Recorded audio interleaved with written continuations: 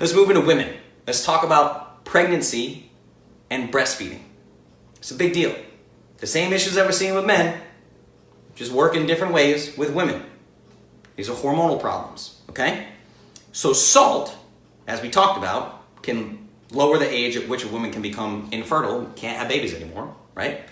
It not only plays a role in the woman's ability to get pregnant, it can also impact the future health of the baby. It gets crazy, literally. What she's eating while she's pregnant impacts the future health of that child. Lack of salt can impair the growth of the fetus. It can impair the growth of the infant into adulthood. These problems carry into adulthood because when the fetus has no sodium in the body, what did we just say the body does when it doesn't have enough sodium? It freaks out, it panics, it goes into starvation, panic mode. The baby's born that way, okay? The baby's born with its own body already freaking out. It's crazy. And I want you to keep this in mind because if you're pregnant and you're dealing with things like nausea, or if you ever get diarrhea, or you're vomiting, you're excreting more salt. You need more sodium.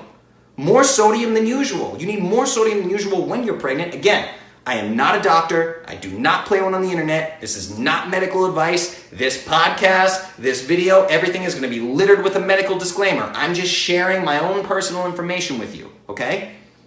But this is crazy, guys. It's so important. If you're losing that much salt to morning sickness or whatever, then you may need more. If I were pregnant, I would consider it. But I can't get pregnant because I'm not Arnold Schwarzenegger. Remember that movie? Nailed it. Okay, so low salt during pregnancy can lead to problems in the child. Higher tendencies and risk of diabetes, obesity, and hypertension as the child grows and grows into adulthood. It also increases the odds of abnormal cholesterol levels, an abnormal lipid profile, high triglycerides, low HDL, high LDL, just from what you ate a low-salt diet during pregnancy. It's crazy. Now, not to mention, another thing I want to talk about, because we talked about thyroid health and we briefly touched on iodine. Iodine is a big culprit of hypothyroidism in a lot of instances, okay? And we get iodine from salt in very small amounts because iodine is an essential mineral, but it's essential in trace amounts. It's measured in micrograms, very, very small. It's not like milligrams or grams with sodium, okay? Like, hands down, the highest concentration of electrolytes are sodium chloride together, table salt. They dissolve as electrolytes in the blood, okay? So NaCl, sodium chloride, that's getting way out into the weeds. We're getting into chemistry there, right? But sodium chloride dissolves in the body as electrolytes, and the highest concentration of electrolytes in the blood is sodium chloride, okay? So there you go. I got off on a tangent there.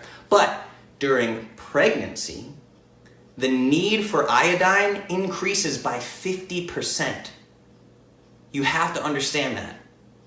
So doctors are still telling women while they're pregnant to do a high carb, low fat, low salt diet. The need for iodine goes up by 50%. Oh, and low iodine is the leading cause of mental retardation. Think about that. I joke around a lot, guys, but this stuff is disturbing, man. A study published in Lancet of more than 2,000 pregnant women found that a low-salt diet, when compared to a high-salt diet, caused more miscarriages, caused more premature births, and caused more stillbirths. Let that sink in. And again, 50% increased need for iodine, and iodine deficiency being the #1 cause of mental retardation. Now on top of that, once the baby is born, we talk about lactation. Lactation also places an increased nutritional demand on the mother to be able to supply enough nutrients for the baby, sodium being an essential nutrient. So obviously, you are excreting salt within the breast milk. When people say you're eating for two, think about this. When Americans go, you're eating for two, have another slice of cheesecake, it's really, you're eating for two, take in a little more sodium. This is an essential nutrient. The Ben & Jerry's that you get free range to eat when you're pregnant is not an essential nutrient. okay? Now, again, in animals and human studies, low salt diets reduce lactation. And during lactation, in the lactation, salt is one of these key essential nutrients, okay? So it's essential for both milk production and the nutrient density of said milk. So to be clear, salt is essential for human life at all stages. At all stages, salt is essential for human life. Remember that. So now let's get into recommendations, okay? So I can sum this up real quick. You guys are, most of you are in the CLOVIS Academy that are watching this live. A lot of you are in I Am CLOVIS. Let's talk about salt recommendations. So the optimal range. Now again, you guys know with CLOVIS, I don't make blanket statements, ever. It actually frustrates some of you. It's funny to watch, but I don't make blanket statements. My answer to a question is usually, it depends. Give me more information, I need details, right? So for the average person, the sodium, again, this is not total salt intake, this is sodium intake. So like a 1/4 teaspoon of Redmond sea salt, let's say, has about 600 milligrams of sodium, okay? So a 1/2 teaspoon is gonna get you about 1 gram, okay? So the optimal range is 3 to 6 grams. Now I know I said 3 to 7 grams earlier, so I'm gonna explain to you why, okay? But the optimal range for an average person is 3 to 6 grams per day. Now, Redmond sea salt, people ask why I picked this. And most salt is gonna say it does not provide iodine, blah, blah, blah, right? They put that on the labels for like almost everything. But Redmond sea salt, if you got just over 3 grams of all of your sodium intake, if it was coming from Redmond sea salt, you would also get 178 micrograms of iodine. If you were to get all of your sodium intake, your 3 grams or more, from Redmond sea salt. It's a fantastic brand, okay? Now, the reason why I say 3 to 6 here, and you guys hear me say 3 to 7 a lot, is we're gonna talk about when you need more, and then I'm gonna open it up for some questions, okay? So if you have autoimmune issues, when we talk about leaky gut and lectins and all these things, right? There's still so much confusion about lectins and seeds and whatever, right? If you have IBS, if you have Crohn's, any kind of leaky gut, these things impair salt absorption. So you're absorbing less salt than you're ingesting. A lot more is going to get excreted because you have digestion issues. So you may need more salt then. I can't say that you absolutely do, right? Again, not medical advice. None of this is medical advice. When you're on a low carbohydrate diet, hence salt shots, everybody, you need more salt. Why? Because high levels of ketones in the blood when you're burning fat and lower levels of blood glucose both cause excretion of sodium, okay? So high ketone levels, low blood glucose causes excretion of sodium. This is also why when people detox in the beginning of CLOVIS, I tell them to do more salt shots. They may need as much as 2 grams more than the recommended amount in their first week of detox when they switch to low carb because their body's freaking out, right? So part of the sugar detox is actually salt depletion. So I want to be clear about that. Just remember that. That's why when people are like, oh, I got a headache, I'm going through such sugar detox, and I go, drink salt water, and they're like, my headache went away. That's weird. That's because you're excreting more salt, okay? You're excreting sodium. So again, following a low carb diet, even following it long term, you can need an additional 1 to 2 grams of sodium per day. Now again, we talked about pregnant and lactating, pregnant and breastfeeding. You may need more salt. I'm going to say this just to cover my ass. Talk to your doctor. Good luck, you're probably gonna get laughed at, but I am not a doctor, don't take medical advice from me. This is not medical advice, okay? And extremely important, for those of you in CLOVIS, like myself, who are physically active, right? I work out every day. So, I have to think about this. Intense exercise for 1 hour can cause you to lose up to 2 grams of sodium per hour through sweat. Now this brings me to another point. I wasn't sure if I was gonna talk about this, but I want to because I'll leave time for Q&A, I promise. But motivation. In the manifesto, you always hear me talk about motivation. I do not rely on willpower or motivation. My discipline brings me freedom. My discipline is my superpower. I talk about discipline, right? Motivation is fleeting, and there are a lot of aspects that can affect your motivation and willpower in significant ways. One of them being a low-salt diet. So let me talk to you about this. As we talked about, if you have too much sodium in the diet, you will find sodium repulsive. You can't eat anymore. The body has a shutoff valve. If you take in too much at a time, which I've done, you will get diarrhea. And then you're fine. No harm, no foul. No lasting effects on this. The body has built-in regulations for sodium, okay? Now, it also goes into storage mode, starvation, panic mode, right? So, the human brain will instinctually do what it needs to do for survival.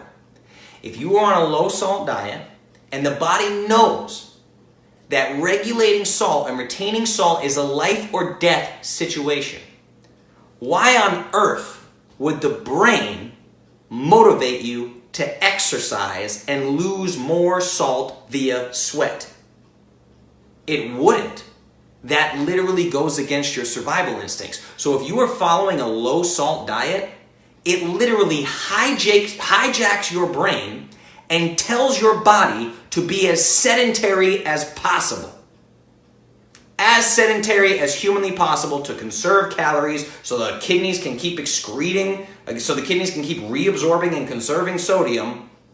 It literally tells your body the last thing in the world we want to do right now is exercise. We won't do it.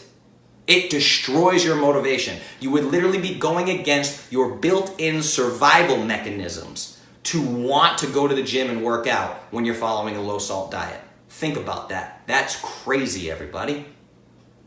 Think about it. You ever have trouble going to the gym? Try some more salt. And we're going to talk about this, okay? I jump out of bed first thing in the morning and I consume 3 grams, my daily minimum, right off the bat in 16 ounces of water via Redmond sea salt. 20 minutes later, I am in my home gym working out after a meditation. That's how my morning goes. Wake up, salt water, meditation, gym. Boom. I'm crushing it, right? And I also want to talk to you guys about, because of this, pre-workout, right? Now, I'll give you an example. So, glycolytic work requires glucose for energy. Jiu-jitsu is very glycolytic, right? It's very, very glycolytic. Now, I go to jiu-jitsu in the evenings. So I don't want to take my own pre-workout formula in the evenings because it contains caffeine, about as much as a cup and a half of coffee from whole bean coffee extract, okay? So I don't take my pre-workout at 6:45 at night when I'm driving to jiu-jitsu. What I do is take my CLOVIS blender bottle filled with water and I put a ½ teaspoon of Redmond's real salt and I'll throw 1 scoop or even ½ a scoop of post-workout.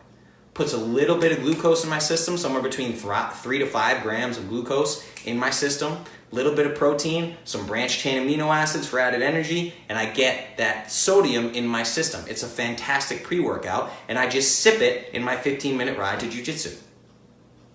That's it. So, 3 to 6 grams, 3 to 7 is more like it because you're following a low to moderate carbohydrate diet if you are CLOVIS. And if you're physically active, add to it. It's a lot like BMR. People want to take their basal metabolic rate and subtract calories on it from a caloric deficit. You're going to kill yourself. That's insane. That's insane. You're not taking into account the thermic effect of food. You're not taking into account total daily energy expenditure. None of that stuff. You take BMR and add to it with all your daily needs. Then you subtract calories from there. That's where everybody screws this up. They don't know how to do the math. That's why I do the math for you, right? So it's crazy. The same thing goes with this sodium thing. This is your bare minimum for survival. So if you're going to start sweating for 2 hours a day, or me, I do the sauna every day. You know how much sweat I lose in a sauna? I have to think about that. I salt the crap out of my food, and I drink this the first thing I get out of bed in the morning. I think a lot of you guys would be really, really surprised how much things can change by just this one little salt trick. That's it. Literally. Get some Redmond sea salt. Do it. All right? Blood pressure, salt, and sex. It's a fun episode, right? Let's do a little Q&A first. Love the truth even when it hurts. Yes. Me too, man.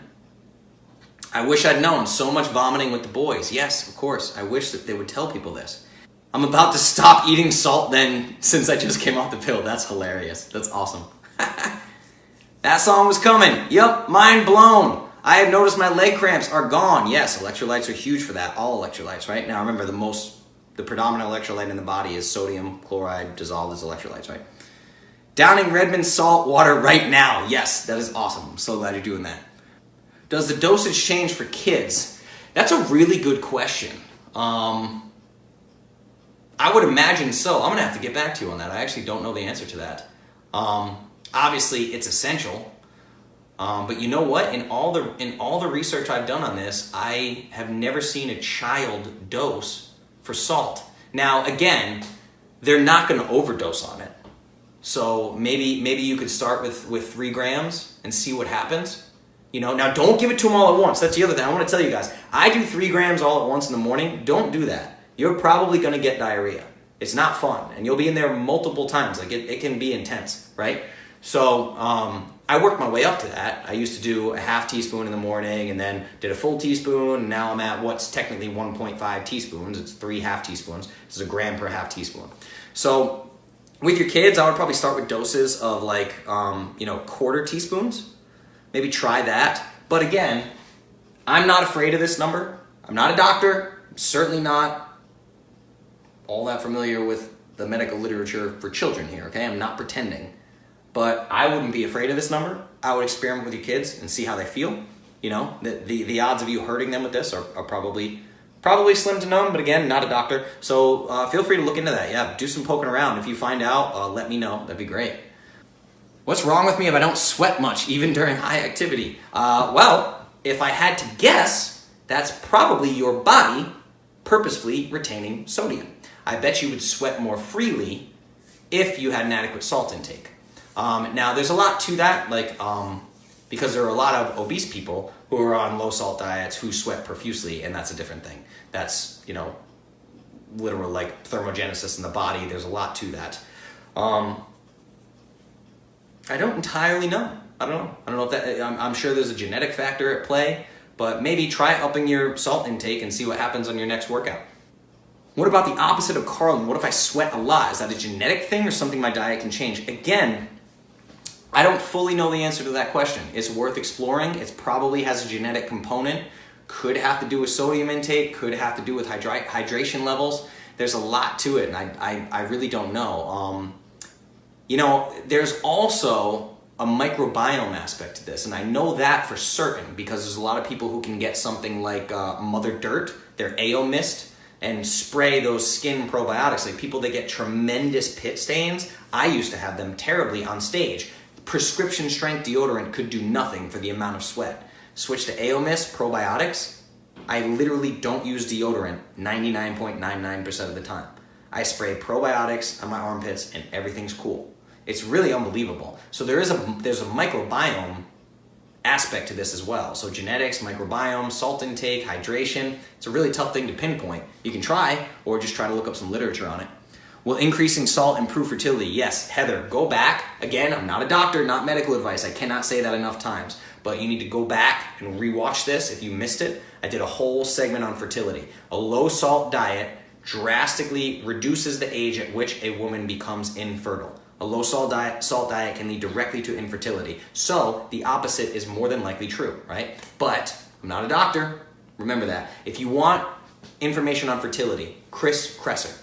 Go look up Chris Kresser's stuff. He has a paid program for fertility, but I promise you it's a hell of a lot cheaper than in vitro, whatever people are doing these days for $20,000 a pop with no guarantees, right? Just fix the diet. That's it. Should I up this weekend while I'm at my sister's 21st birthday celebration? It depends. It depends on how much you're going to be drinking. I mean, obviously, alcohol is going to dehydrate you. I'm assuming you're not going to drink to the point of getting sick, but if you were to drink to the point of getting sick, you're definitely going to lose a lot more salt if you were to get sick or something like that. But yeah, you're going to be dehydrated. So I would absolutely increase the salt intake if I were you. Now, you're doing 6 grams. It's quite a bit, right? So it's a lot of sodium. 6 grams of sodium, you should be fine. If you have adequate water intake and you're doing 6 grams of sodium, you should be just fine even with a weekend of drinking.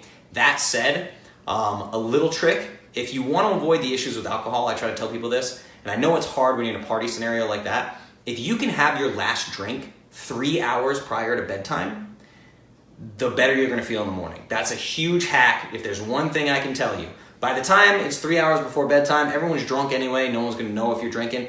I don't care if you get hammered up to that point. Just have your last drink 3 hours prior to bedtime and go for something like 2 or 3 grams, if you can handle it, of sodium in water before bed. Your morning is going to be completely different, I promise you.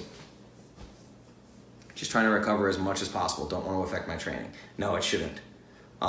Yeah, and keep in mind how many miles you're putting in, right? If I tell you that 1 hour of intense exercise, you can lose up to 2 grams of sodium. Now, intense exercise should be intense. So if you do a 45-minute run, you may only be looking at if you do a 45-minute run, you may only be looking at 1 gram of sodium that you're losing, right? It might not be as crazy as doing an hour-long CrossFit workout. You're going to lose a full 2 grams of sodium, for sure, right? Very important. All right, what else we got here? Any more questions? We got ibuprofen, we got alcohol. I have trouble calculating that time period when drunk. Yes, absolutely. I will say that's the #1 alcohol hack I've ever found. And guys, I was drunk for 15 years, okay? Trust me on this. I have explored alcohol in every way, shape, and form imaginable. By the way, I got some more Dry Farm wines on the way. Thank you, David, from Dry Farm. You're my buddy. I love that dude so much. But anyway, yeah. Trouble calculating. Yep, I drink, I think you're thinking of Himalayan, yep. Oh, Hawaiian salt? Is that a thing? I drink Hawaiian salt water. Hawaiian salt in water after a night of drinking? That'd be cool if there's Hawaiian. I don't know if you're Hawaiian, Himalayan, either way, but wake up feeling like a champ. Yeah, absolutely. So these little alcohol hacks are important. Now, the other big alcohol hack has nothing to do with sodium, but that would be activated charcoal. If you can pick up activated charcoal, actually, sports research just released a new activated charcoal that is in a lipid form. It's really interesting, and I got it. I got some, but anyway, yeah. I'm gonna experiment with that, but I don't drink that much anymore. But anyway, activated charcoal, huge, huge, huge, huge. Try to have 1 capsule of activated charcoal literally with every single drink, and then salt water, like you won't even feel like you drank the next day. It's incredible. And then go get a good night's sleep, everybody. I love you. Thank you for everything. My name is Justin Nault. Blood pressure, salt, and sex. Thanks for being here, everybody. Bye.